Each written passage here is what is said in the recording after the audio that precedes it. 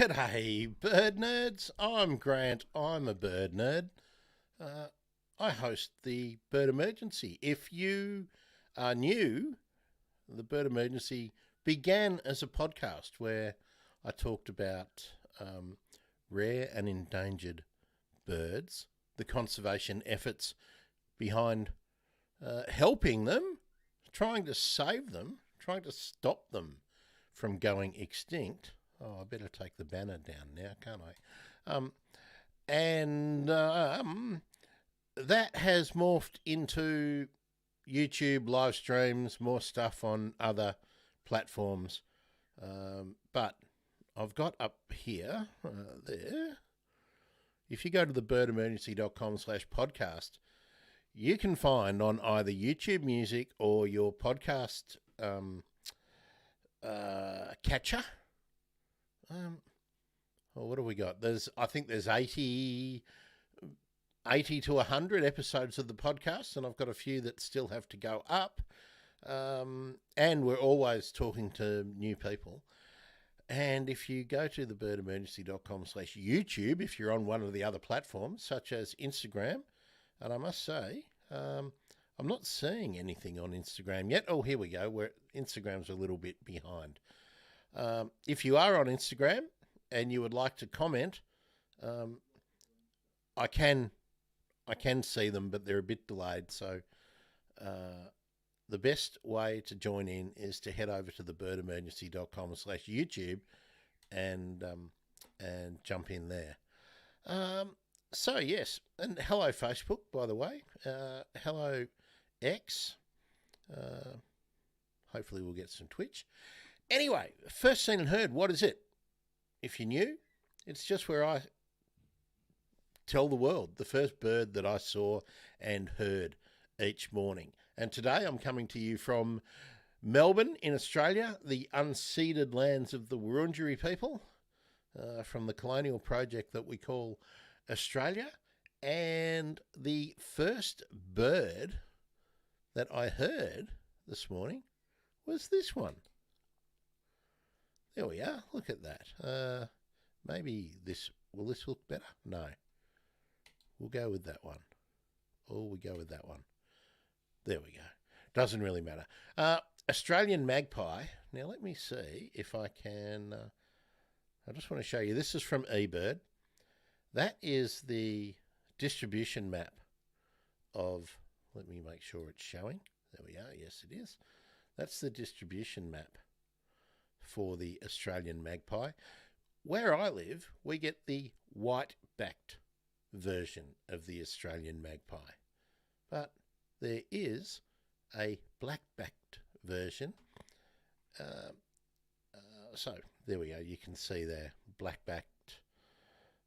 Most of those are the black-backed. The middle one is the female white-backed.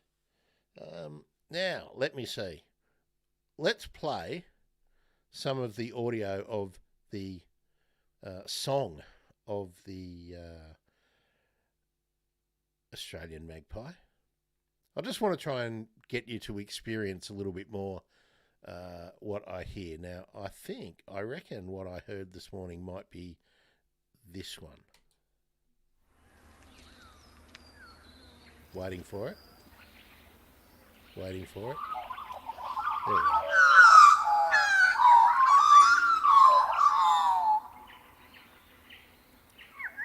Pretty cool, isn't it? Here we go.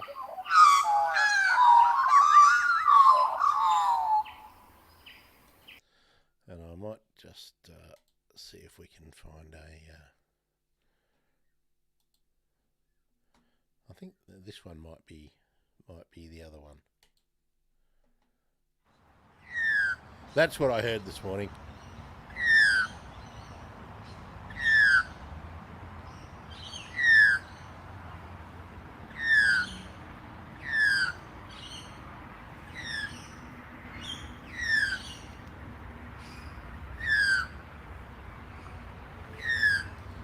There we are. So I hope you heard that clearly. So that was the first bird that I heard this morning. Let me see. Nobody's volunteering their first herds or first scenes this morning so far. Now let me pull that out a bit for a minute. And while I get my first scene up, I will let you know that on Monday it's a double header coming up. Normal live streaming will be resumed. Monday, 9 a.m, Claire Neems will be telling me about how migratory birds are adapting to certain man-made or man-induced pressures. Dr. Claire Neems. And at about midday, Dr. Holly Parsons from BirdLife Australia, the Urban Birds Program Manager, will be back talking with me. Now, Holly's been on extended leave, so we'll basically be doing a catch-up, and I do have a couple of items from the news in the last little while that I would like Holly's comment on, opinion on. So that's a great way to get back into the swing of things with Holly. Now, let me know if you do catch this on replay. I'll be trying to do this at around the same time each morning. I was tempted to delay it this morning because when I went out at about, I'd been out a few times this morning and I hadn't seen a bird. So that was a bit of a worry. But eventually the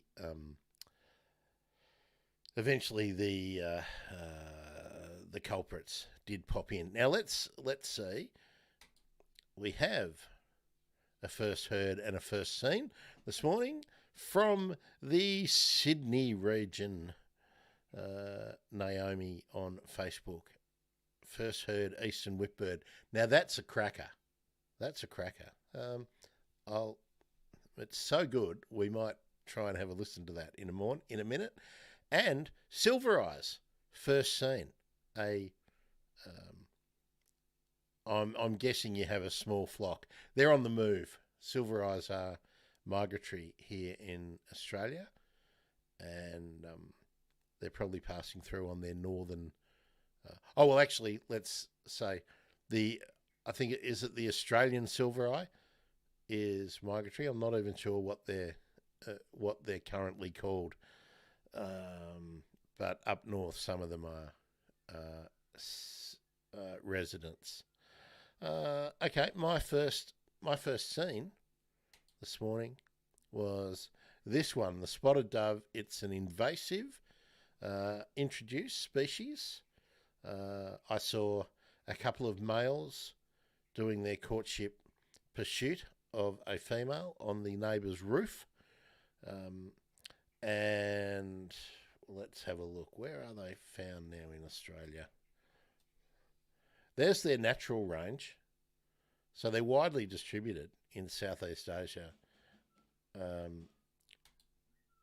you can see, they are introduced into Australia. They're in New Caledonia. Where else? Fiji, New Zealand. So they're on the move, the north of Papua New Guinea. So thank you, eBird, for making these kind of things available. Let's see if we've got the courtship.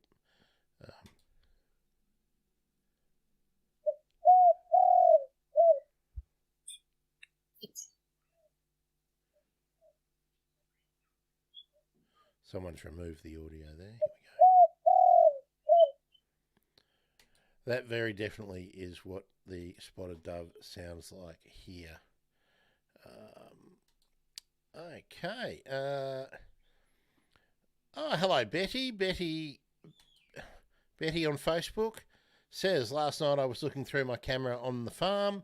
A boobook owl was sitting in our rain gauge. First ever seeing one. He did not make a noise. Obviously would be on the lookout for some prey, I would think. And Naomi just reinforcing. The silver eyes that come to Naomi's place are the form that migrate from Tasmania. So yeah, that's most of the ones that certainly that we see here in Victoria and up into south and central New South Wales. Yes, I should have said I'm getting pretty poor on my lifer. Congratulations. Well done, Betty. Well done. I'm very happy that you are seeing owls at your place. That's cool. Okay. I was hoping we'd have a few more people volunteering their first scenes and herds.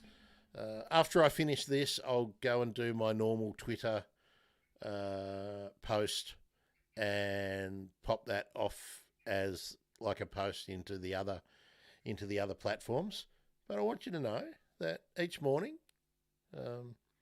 GMT plus 10 is the time zone I am in. So if you're somewhere else in the world and you would like to join in, please do.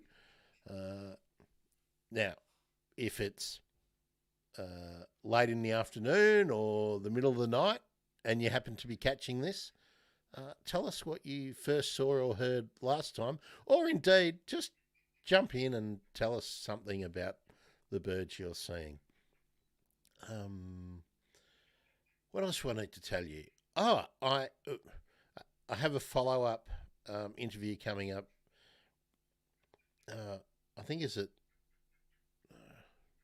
which day is it? Boy, I've got to have a look. Bear with me as I check my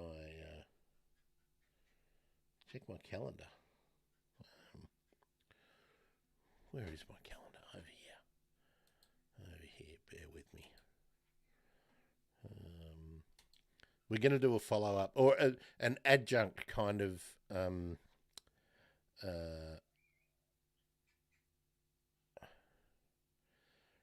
on Friday the 3rd. Myron Belage. I'm sure that's how I pronounce it. No, 8:30 a.m. Friday. So that'll actually be Thursday in the Northern Hemisphere, or on the Western Hemisphere. We're talking a bit about the whole degrowth concept. It's not exactly degrowth, but that's where we're starting. So yes. So that's coming up. It's coming up on the 3rd. No matter where you watch, where you consume, just make sure you're subscribed, and you should get the notifications. thebirdemergency.com/YouTube or /Facebook or /Twitch or what else have we got? /Instagram. But I'll put the reminder in Instagram. The streams don't run for as long as the usual streams. Oh, and when I'm still nutting out how to do vertical and horizontal simultaneously. So for First Seen and Heard, they'll go out as verticals, and for my normal interviews and everything, they'll go out as horizontals. But you can still watch them on vertical. And when I have this worked out, how I can do them simultaneously. I know how to do it when I don't have a guest, but when I have a guest, it's a little bit trickier because I have to use a particular platform unless they're already like streamers and they know how to do things the same way I do. Anyway, that's all housekeeping stuff. So for April the 26th, 2024, first heard Australian magpie in Melbourne. First seen the invasive species, the spotted dove. Thanks, Naomi, for sharing your first seen and heard. And thank you, Betty, for sharing your lifer, the boobook owl. And actually, let's check. let's check. I will. I just want to see what um,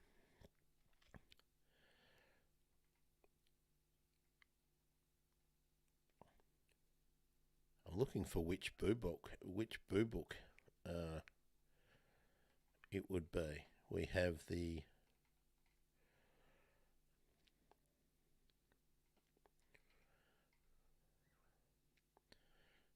is it the brown boo book? Or, no.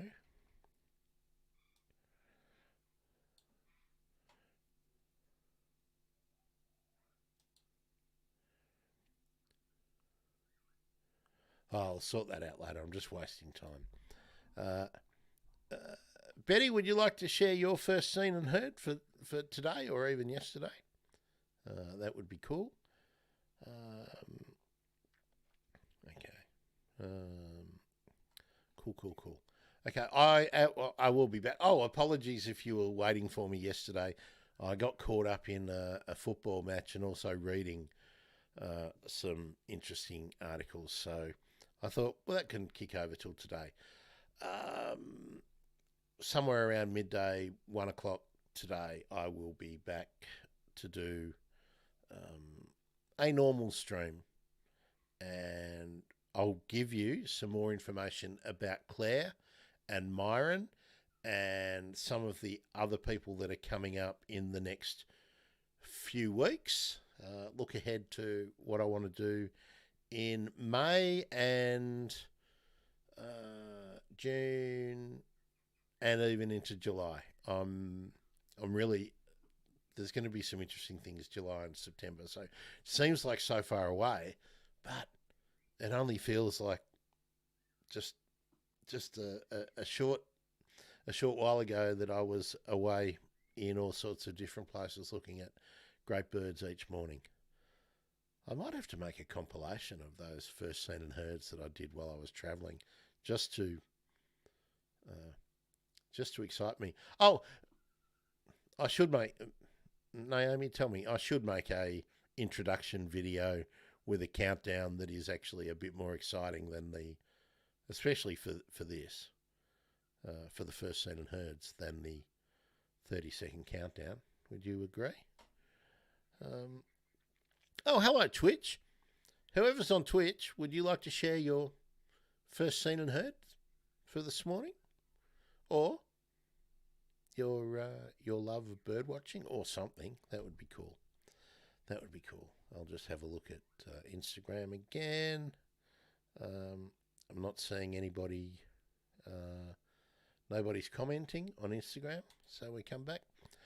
So there we are. The best way to take part, to share your first scenes and herds, is I think Naomi is telling me that she likes the countdown. It means we're about to start. Yeah, I will be keeping a countdown, no doubt about that. But what I wanted to do was just do something that's visually a bit more exciting than the clock that we have now, and I'll have it in nice video format, and maybe cut in, instead of just playing the music and having nothing else, maybe for 10 minutes or so I'll splice in bits. Some of the first seen and heards that I did while I was away, and some of the really early ones, some starring Loz maybe, and just so people get an idea of what first seen and heard is about while they're waiting for us to come in. And I'd really love to get some people from different parts of the world joining in. Let me tell you more about what I want to talk about today on the normal live stream, on the normal Bird Emergency show.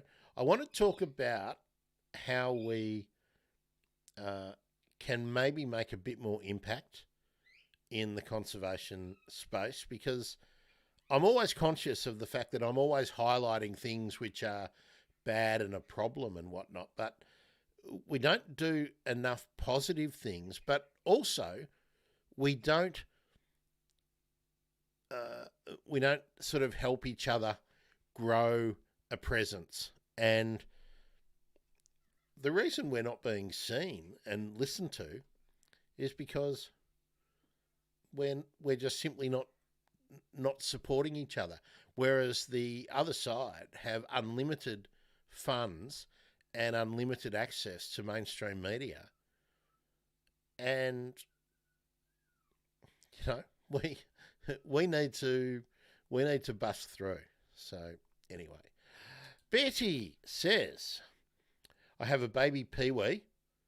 Peewee being magpie lark or mudlark as well. That's the other common names that bird is known by.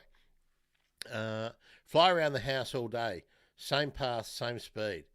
He then comes on patio, jumps 12 inches high and pecks at the big glass door. He does this all day, every day. He never joins the peewees out in the paddock. Been doing this for 6 months now. Never changes his route. That is because he's seeing his reflection in the glass, and they're a very territorial bird, the magpie lark or the peewee, and you're lucky it's only one of them. You're lucky I'm assuming you can tell the difference between the male and the female. Now, that behaviour will continue, and it may actually mean that if there is a nest, he may not feed the female or the chicks because he's so determined to keep the rival that he is seeing reflected in the glass at bay. If you can, Betty, try and get rid of that reflection. If that means putting paper behind it, maybe that will work. Otherwise, maybe hanging paper or some cloth in front. Now, what may happen is he then finds another reflection, another place. I've seen magpie larks spend hours at windscreens or car mirrors, but that is what they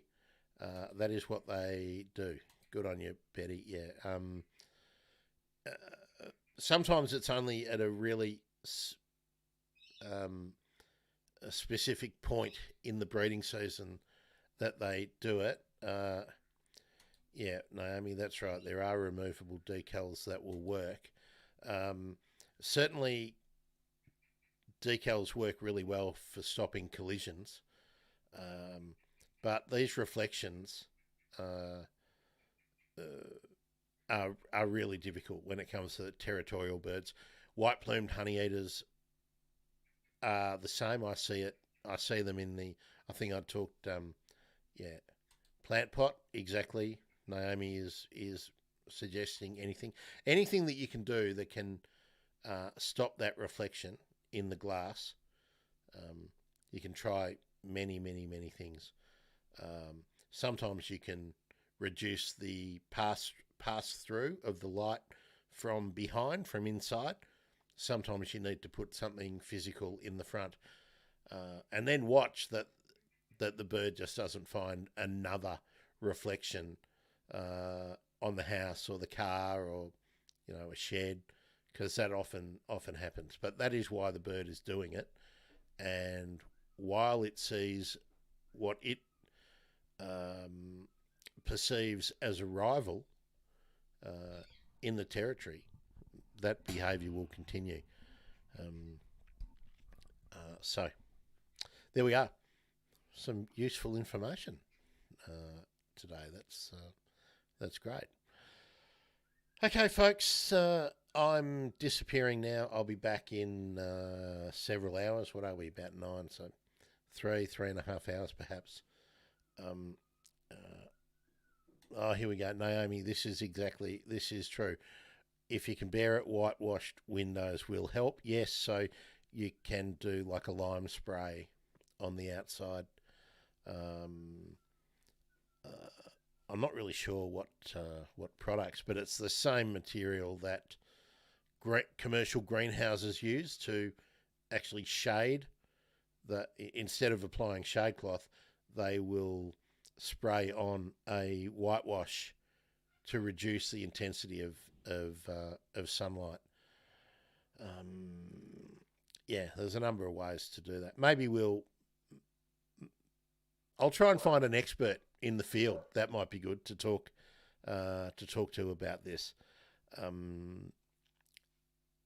see if I can find a magpie lark expert. That would be good.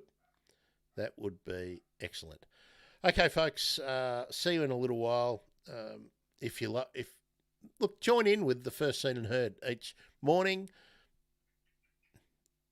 It will depend how early it is. Maybe we might aim for 8:30 or 9 o'clock, Australian Eastern Standard Time, and certainly share your first scenes and heards, or your lifers, or whatever. We'll just see what this little quick morning stream turns into. But that's the whole point, to try and talk about first seen and heard. I didn't see and hear stuff in the park this morning. It was all from inside. I heard the magpie while I was up very early. It was still dark outside. I didn't hear any birds or see any birds on my very, very, very early dog walk with Shadow. And it was 9:15, kind of before I actually saw a bird this morning. It's very overcast. It's quite cool. There's just not much happening. No activity in the park. I didn't hear any of the normal culprits, the red wattlebirds, the yellow-winged honeyeaters, or the New Holland honeyeaters. Didn't see the magpies. Didn't see any house sparrows. Didn't see any white-plumed honeyeaters. So it's just quiet in bird world in my patch today.